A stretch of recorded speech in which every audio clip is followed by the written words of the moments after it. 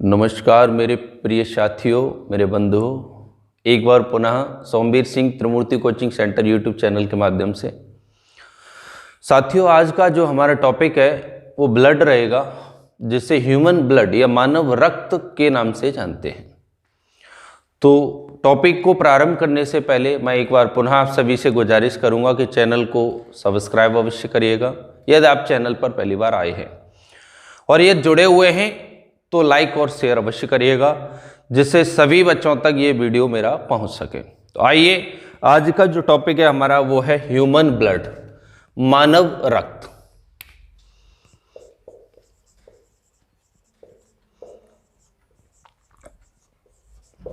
देखो, human means मानव और blood means रक्त, और इसे गांव की भाषा में कहते हैं खून। ठीक, या कोई सी भाषा ले लें, वो तो खून ही होगा। ठीक, मर्डर नहीं है। मर्डर का मतलब क्या होता है? किसी का खून करना। तो ये है रक्त। अब देखो, ये ह्यूमन मानव, देखो पशुओं का भी रक्त होता है, इसमें कोई दो राय नहीं होती। ठीक है, होता है ना। कोई भी हम जीव जिसको हम मार दें तो उसमें भी रक्त निकलता है। तो टॉपिक केवल हमारा अभी क्या है? मानव रक्त, अर्थात मानव का जो रक्त है। ठीक है, तो सबसे पहला प्रश्न आता है कि ये जो रक्त है इसकी स्टडी को क्या कहते हैं? Study of blood. Study of blood known as, क्या कहते हैं उसको? उसे कहते हैं हेमेटोलॉजी। हेमेटोलॉजी, ध्यान रखिए, खून का जो अध्ययन होता है उसे हम हेमेटोलॉजी के नाम से जानते हैं। मानव का जो शरीर होता है इसमें 5 से 6 लीटर, कितना बच्चों? 5 से 6 लीटर, ठीक, रक्त होता है। और यदि यहीं पर हम बात करें कि वजन का, अर्थात भार जो होता है मनुष्य का, उसका 7 से 10% रक्त पाया जाता है मनुष्य के शरीर में। ठीक, और यदि यहीं पर पूछने लगे कि बताइए मानव का जो रक्त होता है इसका पीएच मान कितना होता है, तो देखो पीएच का मतलब है presence of hydrogen ion value. मैं पॉइंट को भी मेंशन कर रहा हूं, प्रेजेंस ऑफ हाइड्रोजन आयन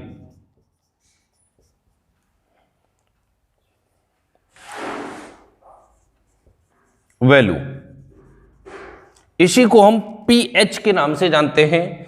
और रक्त का जो पीएच मान होता है ये 7.4 होता है, ध्यान रखना।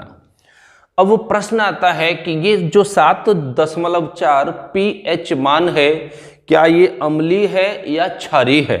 तो पीएच जो स्केल है बच्चों, ये सोरेनसन के द्वारा दिया गया था। सोरेनसन एक वैज्ञानिक थे जिन्होंने इस स्केल को बनाया था। इस स्केल में हमारा जो वैल्यू है 0 से 7 और 7 से 14 इस तरीके से विभाजित किया। जो 7 से पीएच मान कम होता है इनको हम एसिडिक कहते हैं, अम्लीय कहते हैं। 7 जिसका पीएच मान होता है उसको उदासीन कहते हैं, और जो 7 से अधिक होता है इसको हम बेसिक कहते हैं, अर्थात क्षारीय कहते हैं। साथियों, ये एक छोटी सी जानकारी आपको पता रहनी चाहिए। तो पहला प्रश्न, खून के अध्ययन को क्या कहते हैं? हेमेटोलॉजी। दूसरा, मानव का रक्त कितना होता है? 5 से 6 लीटर। तीसरा, इसका वजन कितना होता है? 7 से 10% वजन का। ठीक, और इसका जो पीएच मान है वो 7.4 होता है, अर्थात वो क्षारीय होता है। इन बिंदुओं को आप मेंशन करिए। अगला पॉइंट पर आता हूं साथियों, रफ करता हूं इस पॉइंट। जितना भी मेंशन करा रहा हूं उनको आप नोट अवश्य करते जाइए बच्चों, क्योंकि ये अगर आपने टॉपिक अच्छे से पढ़ा तो मुझे उम्मीद है कोई भी प्रश्न इससे बाहर नहीं जाएगा। नेक्स्ट बिंदु आता है बच्चों, ये जो रक्त होता है इसमें क्या पाया जाता है? देखिए, मानव का जो रक्त है ये मुख्यतः दो चीजों से मिलकर बना है। एक तो होता है हमारा प्लाज्मा और एक होता है कॉर्पसेल्स।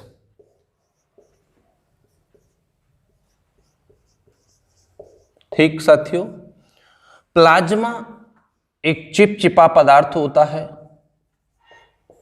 और कॉर्पसेल्स जो होती हैं इनको हम रुधिराणु के रूप में भी जानते हैं, रुधिराणु। अब बात करते हैं कि ये जो प्लाज्मा है इसमें ये कितने प्रतिशत होता है। तो ध्यान रखिए, पुस्तकों के अनुरूप 50 से 55% तक प्लाज्मा पाया जाता है। बाकी बचा हुआ जो भाग है 45% वो कॉर्पसेल्स का भाग माना जाता है। क्लियर हो गया। अब बात करूं मैं जो प्लाज्मा है, प्लाज्मा में क्या पाया जाता है। तो प्लाज्मा में बच्चों मुख्यतः 3 चीजें पाई जाती हैं। एक तो होता है इसमें जल, ये 90% इसमें पाया जाता है।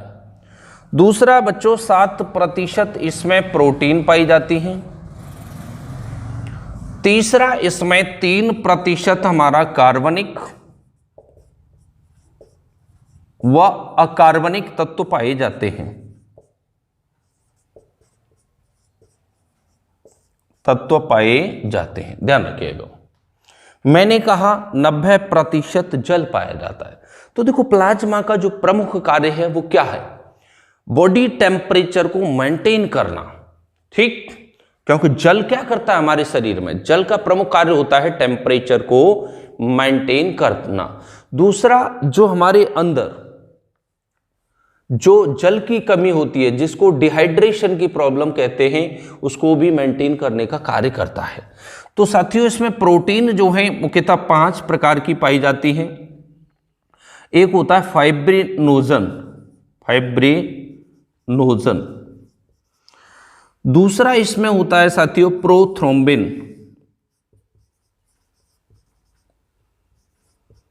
एक होता है इसमें हेपारिन।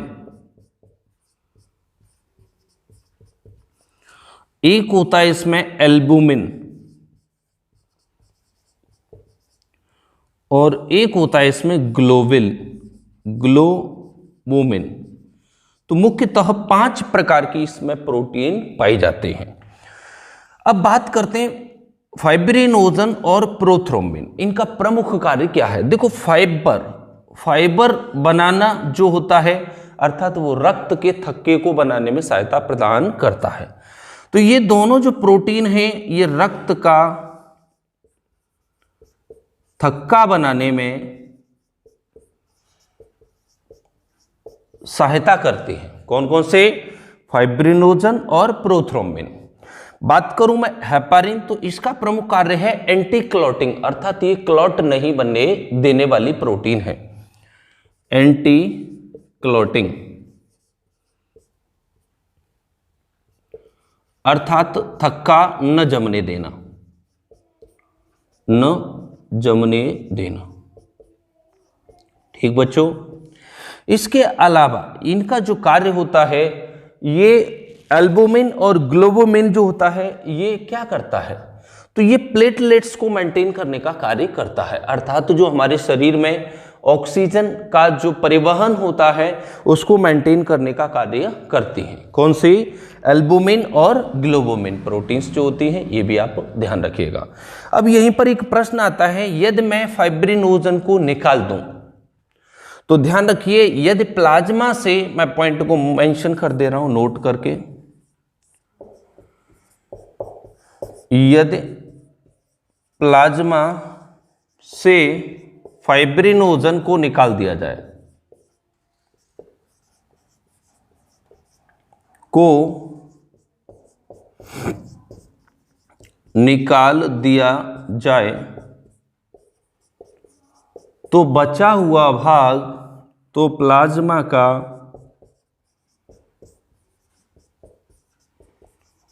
बचा हुआ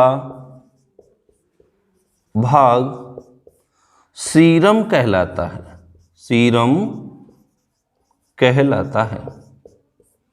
अभी हाल ही में आप लोग सुन रहे हैं बच्चों कि ये जो कोविड-19 जो बीमारी है, इसके ट्रीटमेंट में प्लाज्मा थेरेपी बहुत कारगर है।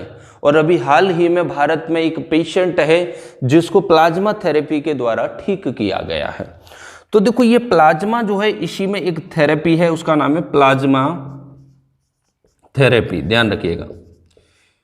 तो प्लाज्मा थेरेपी का मतलब क्या होता है बच्चों, ये जो हमारे शरीर में एंटीबॉडीज जो बन जाते हैं, अर्थात जो पेशेंट ठीक हो जाते हैं उनके प्लाज्मा का कुछ भाग ले करके, और जो कोविड-19 जैसी बीमारी से ग्रसित पेशेंट हैं उनमें इसके प्लाज्मा का कुछ भाग डाल दिया जाता है, जिससे उसके अंदर एंटीबॉडीज का विकसित हो जाना, अर्थात उससे लड़ने की क्षमता उसके अंदर मजबूत हो जाती है।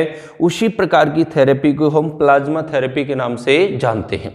सर्वप्रथम जब हमारे भारत में या विश्व में HIV एड्स और एबोला नामक जैसी बीमारियां आई थीं, तो उस समय इस थेरेपी का प्रयोग किया गया था। उसी थेरेपी को वर्तमान परिस्थितियों में प्रयोग किया जा रहा है बच्चों, इसको ध्यान रखिएगा। अब देखो मैंने कहा यहाँ पर कुछ भाग ये कार्बनिक और अकार्बनिक तत्वों का भी पाया जाता है। अब कार्बनिक तत्वों में आपका सोडियम भी होता है, क्लोराइड भी होता है, मैग्नीशियम भी होता है, आयोडाइड भी होता है, और बहुत सारे कार्बनिक व अकार्बनिक कंपाउंड के रूप में जाने जाते हैं। देखो सोडियम और क्लोराइड ये दोनों का प्रमुख कार्य आप सब जानते हैं, बॉडी टेम्परेचर को मेंटेन करना, और हमारे शरीर में डिहाइड्रेशन जैसी प्रॉब्लम होती है, अर्थात जहां नमक की कमी होने लगती है उनकी प्रतिपूर्ति करने में ये सहायता प्रदान करते हैं। कौन? सोडियम और क्लोराइड। ठीक साथियों, इसके अलावा मैग्नीशियम के बारे में आप सब जानते हैं। हमारे शरीर में मैग्नीशियम का प्रमुख कार्य है मिल्क ऑफ मैग्नीशिया के रूप में, अर्थात जब हमारे शरीर या पेट के अंदर एसिडिक प्रॉब्लम जब पनपने लगती है तो उस प्रकार की प्रॉब्लम को दूर करने में मैग्नीशियम बहुत ही सहायता प्रदान करता है।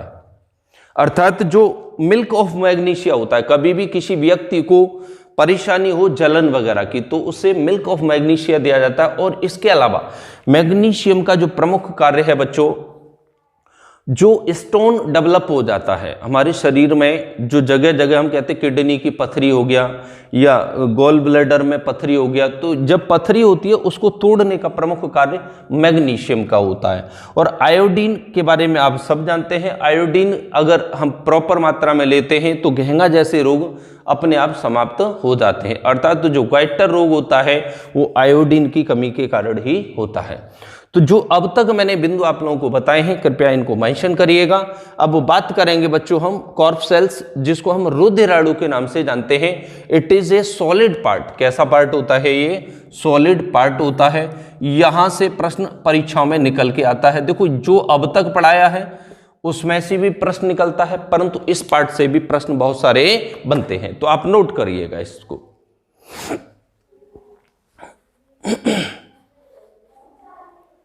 एक यहां प्रश्न और परीक्षा में पूछा गया है, उस प्रश्न को भी मैं आप लोगों को बता दूं कि जो प्लाज्मा है इसका कलर कैसा होता है। तो प्लाज्मा का जो कलर है बच्चों, ये स्लाइटली येलो होता है। कैसा होता है? स्लाइटली येलो,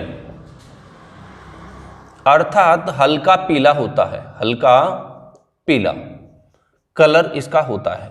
ये प्रश्न पूछा गया है एक बार, इसीलिए मैंने इस प्रश्न को भी ले लिया है। ठीक, नोट करिएगा। अगले बिंदु पर आता हूं मैं। ये है हमारा रुधिराणु। नोट अवश्य करिएगा जिससे आपका पॉइंट आपकी कॉपी पर हमेशा परमानेंट मेंशन बना रहे, जिससे आपको किसी भी प्रकार की दिक्कत ना हो।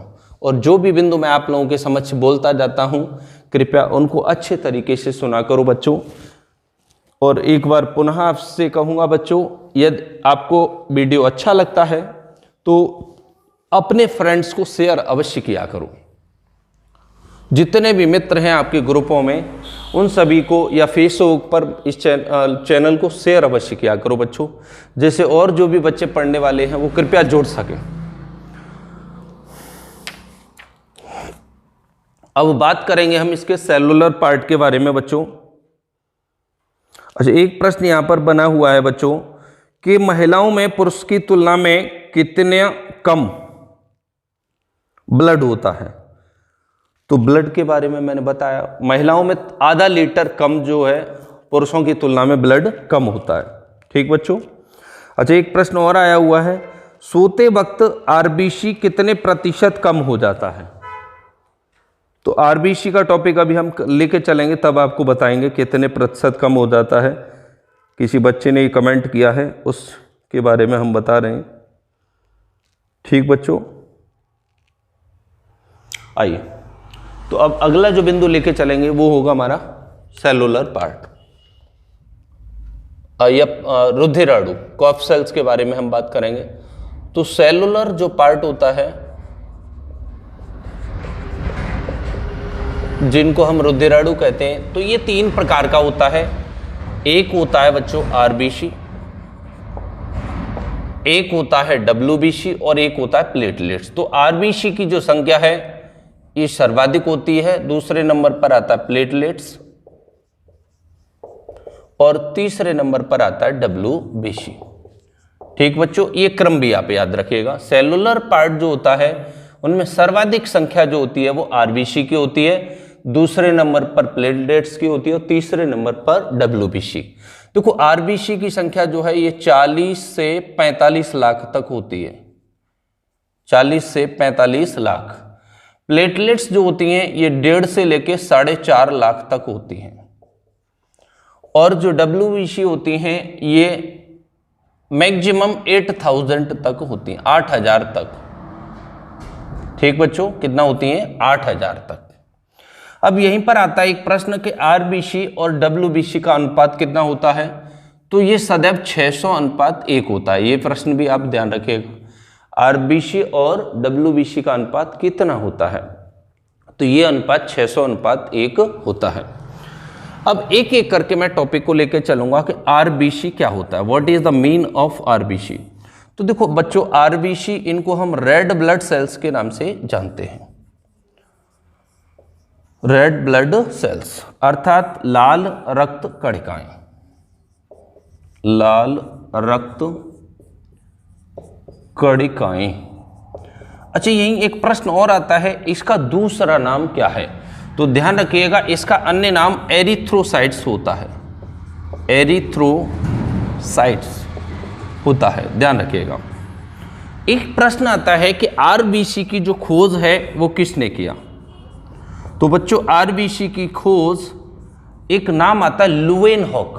क्या नाम आता है? लुवेनहॉक के द्वारा किया गया, ध्यान रखिएगा। आरबीसी की जो खोज है ये लुवेनहॉक के द्वारा किया गया। एक यहां प्रश्न आता है कि आरबीसी की संख्या यदि कम हो जाए तो उस व्यक्ति के अंदर कौन सा रोग होता है। तो उसको हम कहते हैं एनीमिया। क्या कहते हैं बच्चों? एनीमिया। और यहीं पर प्रश्न आ जाए कि किसी व्यक्ति के अंदर आरबीसी की संख्या अधिक हो जाए तो उस रोग को क्या कहते हैं। तो उसे कहते हैं पॉलीसिथेमिया, पॉलीसिथेमिया।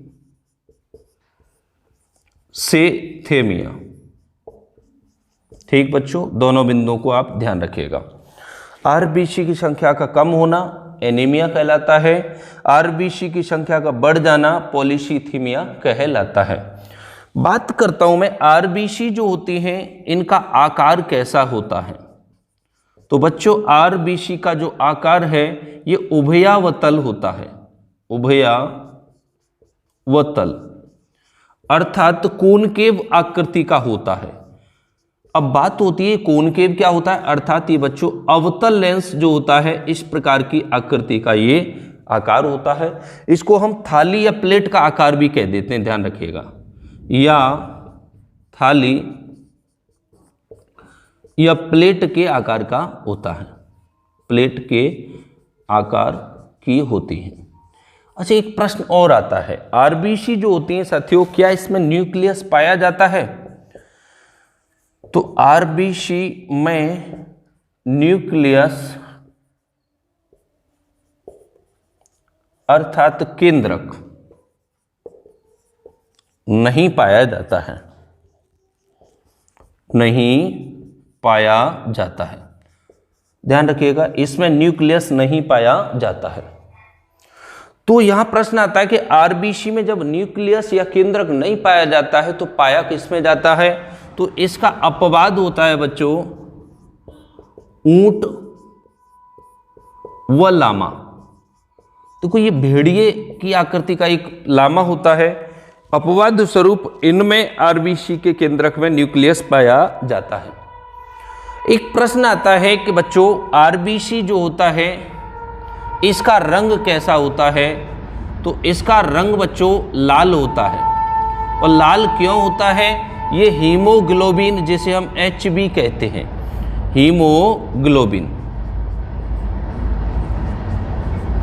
हीमोग्लोबिन के कारण इसका जो रंग है बच्चों वो लाल होता है। अर्थात हीम एक क्या होता है? एक प्रोटीन होता है। हीम साथियों एक रंजक होता है और ग्लोबिन एक प्रोटीन होता है। ध्यान रखिए क्या होता है? प्रोटीन। तो प्रोटीन को रंजक के द्वारा रंग दिया जाता है, इसी कारण इसका जो रंग है बच्चों वो लाल होता है। बिंदु क्लियर हो रहा है? अब यहीं पर प्रश्न आता है बच्चों कि जो आरबीसी है इसका उत्पादन कहां से होता है? तो देखो जो हमारा बोन होता है, ये जो बोन है बच्चों इसका बीच का जो भाग होता है ये वाला, जिसको हम रेड बोन मैरो कहते हैं। क्या कहते हैं? Red bone marrow.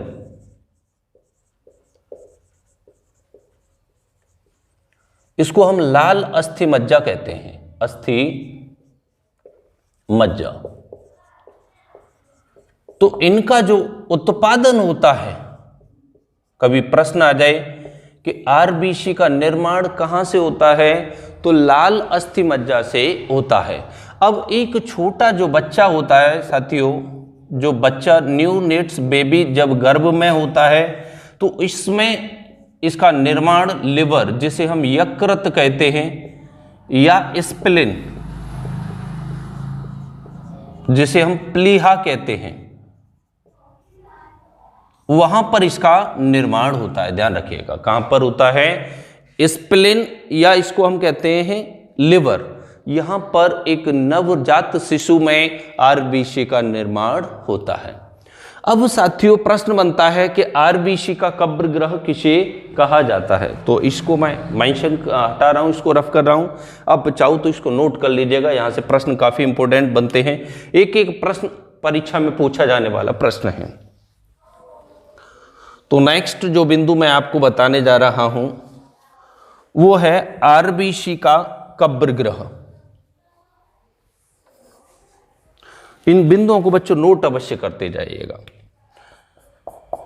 देखो आरबीसी का कब्र ग्रह, तो ध्यान रखिएगा कब्र ग्रह जो होता है वो स्प्लिन होता है या प्लीहा कहते हैं।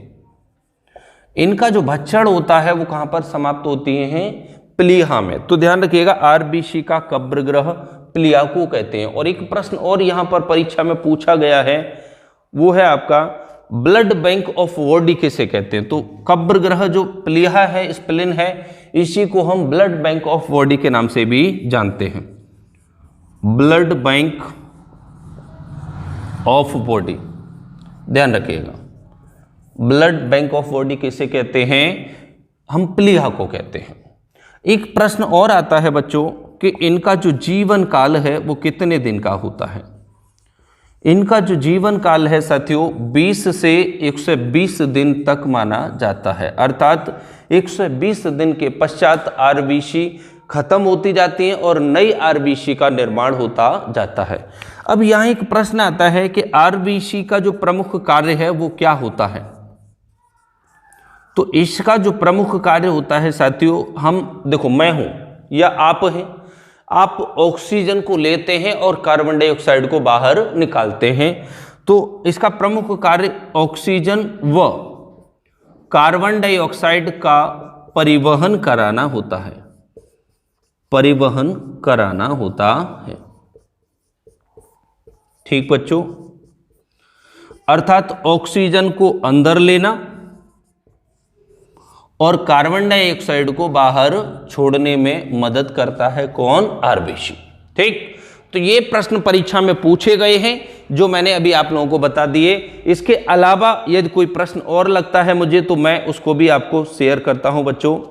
एक प्रश्न है कि हीमोग्लोबिन की जो मात्रा है वो कितनी होती है? तो हीमोग्लोबिन की मात्रा हमारी 15 मिलीग्राम पर 100 ml होती है। ये मैं रफ कर रहा हूं बच्चों।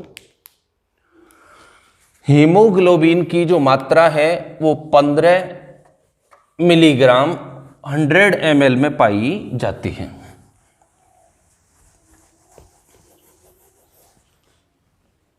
ध्यान दीजिए। अगला प्रश्न है हीमोग्लोबिन की मात्रा, ये होती है बच्चों 15 मिलीग्राम पर 100 ml। अब देखो यहां एक प्रश्न और आता है, कभी भी हम रक्त की जांच कराते हैं तो वहां पर वो बताता है कि आपका हीमोग्लोबिन इतना है, कभी 9 भी रह जाता है, कभी 7 पॉइंट भी हो जाता है। तो मैक्सिमम जो पुरुष का होता है साथियों वो 15 से 17 तक पाया जाता है, और महिला का जो हीमोग्लोबिन होता है ये हाईएस्ट 12 होता है, क्योंकि इनका जो रक्त है मेनोपॉज के कारण कुछ नष्ट होता रहता है, इसीलिए इनकी हीमोग्लोबिन की मात्रा कम पाई जाती है, ये ध्यान रखिएगा। एक प्रश्न आता है यहां पर, आरबीसी का जो काउंट है वो किसके कारण करते हैं या किसके द्वारा करते हैं? आरबीसी की संख्या का पता करना, संख्या निकालना। तो आरबीसी की जो संख्या हम काउंट करते हैं ये एक हीमोसाइटोमीटर आता है, हीमोसाइटोमीटर, इसके माध्यम से हम आरबीसी की संख्या को पता लगाते हैं। तो मैंने आपको बहुत सारे प्रश्न आरबीसी से संबंधित कराए, ये सभी प्रश्न परीक्षा में पूछे गए हैं। एसएससी की परीक्षा है या अब आपकी परीक्षा आने वाली है बीएओ की परीक्षा, या इसके अलावा सुपर टेट की परीक्षा आने वाली है, या रेलवे एनटीपीसी या ग्रुप डी की परीक्षा आने वाली है, उन सभी में कहीं ना कहीं कोई ना कोई प्रश्न आपका अवश्य टकराता है साथियों। तो जितने भी मैंने प्रश्न आपको बताए आरबीसी से संबंधित, इन सभी प्रश्नों को आप अच्छे तरीके से रिवाइज करिएगा, कोई ना कोई प्रश्न आपको अवश्य मिलेगा। तो सबसे पहले मैंने आपको बताया रक्त क्या होता है। रक्त क्या होता है, देखो यहां पर एक प्रश्न शायद मेरे मस्तिष्क से शुरुआत करते समय बताना चाहिए था मुझे। तो रक्त एक संयोजी ऊतक होता है। क्या होता है बच्चों? संयोजी ऊतक होता है। इसको हम कनेक्टिव टिश्यू कहते हैं। बहुत अच्छा प्रश्न है, ये भी पूछ लिया गया है। कनेक्टिव टिश्यू, टिश्यू का मतलब होता है ऊतक, ध्यान रखिएगा। ठीक, तो ये कनेक्ट करता है, क्या करता है? एक कनेक्टिव मतलब जोड़ने का कार्य करता है। ये प्रश्न आया हुआ है, मुझे उम्मीद है 2016, इसके अलावा 2014 एसएससी की परीक्षा में पूछा गया प्रश्न है, मुझे कई बार मिला है। तो रक्त का मतलब होता है ये संयोजी ऊतक होता है, अर्थात इसको कनेक्टिव टिश्यू के रूप में हम जानते हैं। आइए डब्ल्यूबीसी को लेकर के चलूंगा और प्लेटलेट्स को लेकर चलूंगा। आज की क्लास को मैं इसी बिंदुओं पर रखूंगा। एक अगला जो वीडियो आएगा रक्त से ही संबंधित, उसमें रक्त का आदान प्रदान लेकर के चलूंगा बच्चों, ठीक है। तो आरबीसी का जो टॉपिक है बच्चों हमारा कंप्लीट हो गया है। इसी में डब्ल्यूबीसी के बारे में बात करेंगे। अच्छे तरीके से बच्चों आप इसको टॉपिक को पढ़ते जाइएगा। देखो दो प्रकार होते हैं, एक तो होता है कि पहले बोर्ड पर मेंशन कर दो और दोबारा से उसको समझा दो वहीं का वहीं, तो उसमें बच्चों समय कम लगता है। और जब हम बोर्ड पर प्रेजेंटेशन लेकर के चलते हैं तो उसमें टाइम बहुत ज़्यादा लग जाता है। तो ठीक है बच्चों, 10 मिनट का डब्ल्यूबीसी भी हो जाएगा। प्लेटलेट्स को फिर हम अगले वीडियो में लेके चलेंगे, क्योंकि कितना भी कोशिश करें वीडियो लगभग आधा घंटे से ऊपर चला जाता है। तो बच्चों डब्ल्यूबीसी के बारे में बात करते हैं। देखो इसको कहते हैं बच्चों white blood cells, white blood cells. इसको हम श्वेत रक्त कणिकाएं भी कहते हैं, श्वेत रक्त कणिकाएं। ठीक बच्चों, अब इसका एक और नाम होता है जिसको हम कहते हैं ल्यूकोसाइट्स, ल्यूकोसाइट्स। ये भी ध्यान रखना, कई बार परीक्षा में पूछ लिया जाता है। बात करते हैं ये डब्ल्यूबीसी जो होती है, देखो ये रंगहीन होती है, इसका कोई रंग नहीं होता है। कैसी होती है? रंगहीन। जैसे हमने कहा था आरबीसी, उसका रंग लाल होता है, क्यों? क्योंकि उसमें हीमोग्लोबिन पाया जाता है। इसमें कोई भी रंग नहीं होता है, ये सफेद रंग की होती है। बात करें इसका आकार कैसा होता है, तो बच्चों आकार जो होता है इसका इर्रेगुलर शेप होता है, इर्रेगुलर शेप, ठीक, मतलब अनियमित आकार होता है इसका, कोई भी पर्टिकुलर आकार नहीं होता है, अनियमित आकार। एक प्रश्न आता है, क्या इसमें केंद्रक पाया जाता है? हाँ जी, इसमें केंद्रक पाया जाता है, केंद्रक अर्थात न्यूक्लियस पाया जाता है। एक प्रश्न आता है, इनकी संख्या कितनी होती है? तो इनकी जो संख्या है मैंने आपको बताया 8000 तक होती है। इनका जो जीवन काल है वो कितने दिन का होता है? जीवन जो होता है बच्चों इनका 2 से 4 दिन तक होता है। अच्छा, एक प्रश्न आता है, इनका उत्पत्ति कहां से होती है? तो ध्यान रखिए, इनकी उत्पत्ति भी रेड बोन मैरो, अस्थि मज्जा से होती है, अस्थि मज्जा से होती है।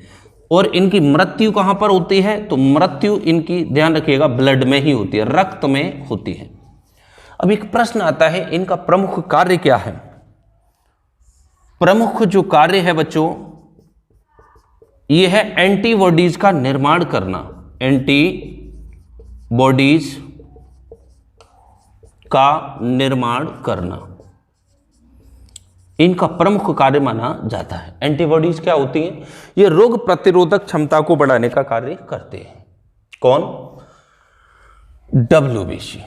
बिंदु क्लियर हो गया? मैंने कहा इनका जो प्रमुख कार्य है वो है एंटीबॉडीज का निर्माण करना, अर्थात रोग प्रतिरोधक क्षमता या रोगों से लड़ने की क्षमता को ये बढ़ाने का कार्य करता है। एक प्रश्न आता है कि WBC में अगर कमी आती है, अगर कमी आ रही है तो उसको हम कहते हैं ल्यूकोपीनिया, ल्यूकोपीनिया। और यदि अधिकता हो रही है WBC की तो उसे क्या कहते हैं? उसे कहते हैं बच्चों ल्यूकेमिया।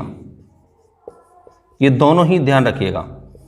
अर्थात WBC में जो चेंज होता है, ये जो चेंज है एक व्यक्ति के अंदर या तो HIV को दर्शाता है या ब्लड कैंसर को दर्शाता है, ये ध्यान रखिएगा बच्चों। HIV होता है बच्चों ह्यूमन इम्यूनो वायरस, जिसको हम एड्स के नाम से भी जानते हैं, human immuno virus acquired amino deficiency syndrome, HIV AIDS कहते हैं। तो ये WBC में जो परिवर्तन है व्यक्ति के अंदर HIV और ब्लड कैंसर को दर्शाता है, ये बिंदु आपको याद रखना है। अब जो प्रश्न बनता है कि बच्चों ये WBC जो होती है इसमें कितने प्रकार पाए जाते हैं? तो मुख्यतः बच्चों 5 प्रकार पाए जाते हैं। एक होता है मोनोसाइट, मोनोसाइट। एक होता है लिम्फोसाइट, लिम्फो, LYMPHO, लिम्फोसाइट। एक होता है साथियों इस्नोफिल, इस्नोफिल। एक होता है साथियों न्यूट्रोफिल्स। एक होता है बाइसोफिल्स, बैसोफिल्स। एक प्रश्न यहां पर तैयार होता है कि इनका संख्या कितनी कितनी होती है, कितना प्रतिशत होता है या सर्वाधिक क्या इसमें पाया जाता है? तो देखो सर्वाधिक जो है 50 से लगभग 70% तक न्यूट्रोफिल्स पाए जाते हैं। मैं इनका परसेंट वाइज आपको मेंशन कर देता हूं, ठीक बच्चों।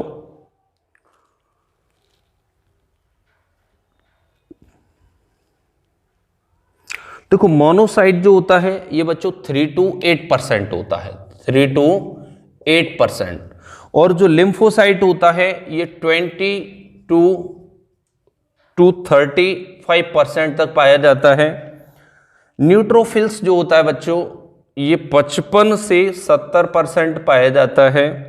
इस्नोफिल जो होता है ये 2 से 7% पाया जाता है और वैसोफिल्स जो होता है मात्र 1% पाया जाता है। ठीक, तो ये पांचों जो भाग हैं ये हमारे WBC के अंतर्गत ही आते हैं। अच्छा, WBC के बारे में जितना भी मैंने आपको बिंदु बताए हैं यहीं से प्रश्न बच्चों परीक्षा में पूछ लिया जाता है। एक प्रश्न आता है हमारे शरीर का बॉडीगार्ड किसे कहते हैं, अच्छा प्रश्न है बच्चों। तो ये जो WBC है इनको बॉडीगार्ड की भी संज्ञा दी जाती है।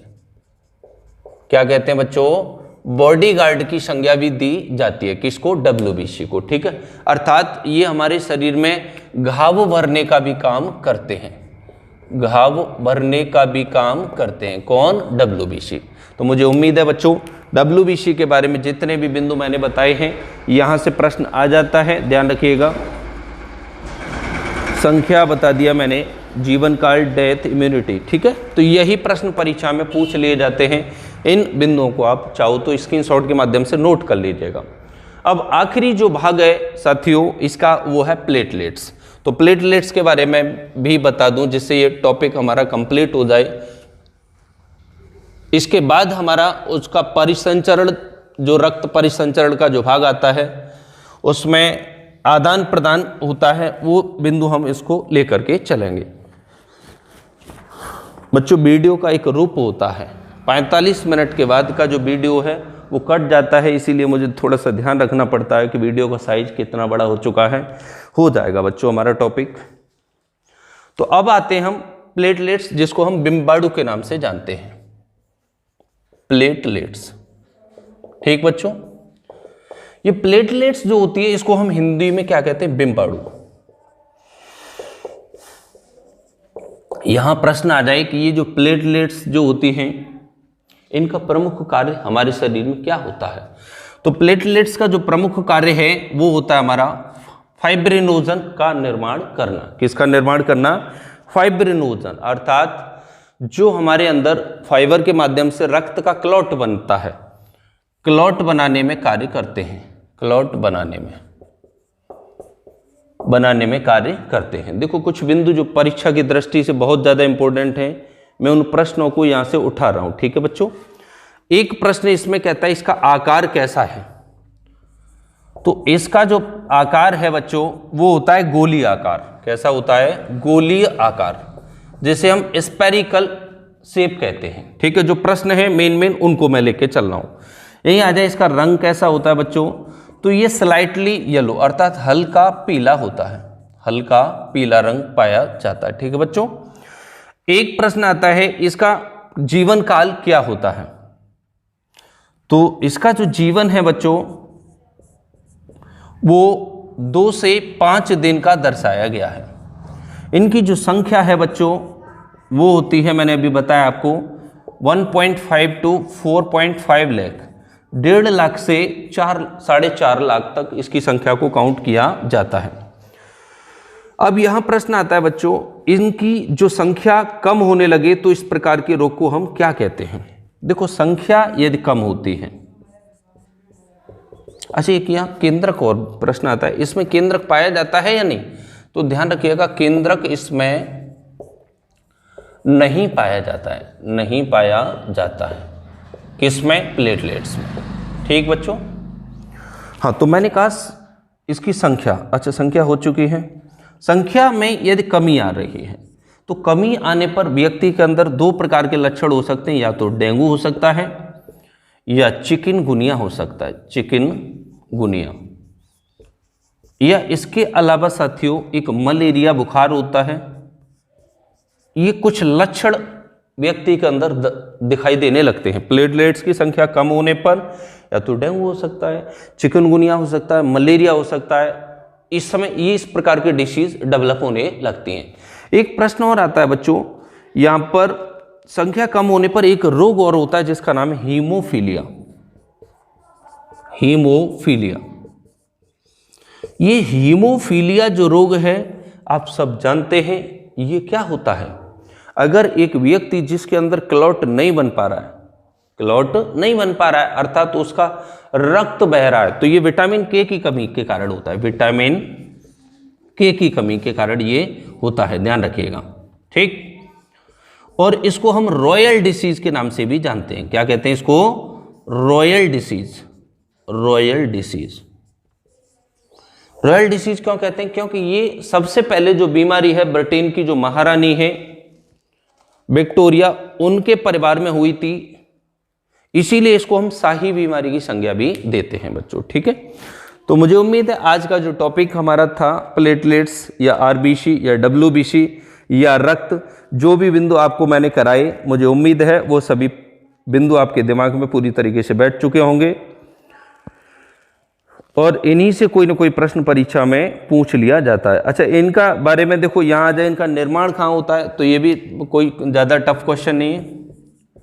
निर्माण हमेशा ध्यान रखिए बोन मैरो में ही होता है। कहाँ पर होता है बच्चों? बोन मैरो में। ठीक है। अच्छा, इनका मृत्यु कहाँ पर होता है? तो इनका जो मृत्यु होता है बच्चों वो स्प्लेन में होता है। कहाँ पर होता है? स्प्लेन, जिसे हमने प्लीहा कहा था। ठीक, तो ये प्रश्न आया हुआ है। इसके अलावा बच्चों इसमें अब और कोई प्रश्न ऐसा नहीं है जो परीक्षा की दृष्टि से छूट गया हो हमसे या कहीं परीक्षा में आया हो। ज़्यादातर प्रश्नों को हमने ले लिया है बच्चों। ठीक है, तो आज के टॉपिक को हम यहीं पर विराम देंगे। इस प्रकार हमारा ब्लड में जो भी बिंदु थे, सबसे पहले ब्लड के बारे में संरचना हमने बताया, उसके बाद आरबीसी, डब्ल्यूबीसी और प्लेटलेट्स के बारे में बताया। कल का जो हमारा वीडियो आएगा उसमें बच्चों आरबीसी जो हमारा ब्लड होता है उसमें ब्लड ग्रुप ए, बी, ओ और ए बी, इनका आदान प्रदान, रक्त कौन व्यक्ति किसको दे सकता है, उसके बारे में हम कल चर्चा करेंगे। किस में एंटीजन पाया जाता है, किस में एंटीबॉडीज पाया जाता है, ये बहुत इंपॉर्टेंट प्रश्न होता है। आज के लिए बस इतना ही। बहुत बहुत धन्यवाद। जय हिंद, जय भारत। साथियों, चैनल को सब्सक्राइब अवश्य करें, ये चैनल पर पहली बार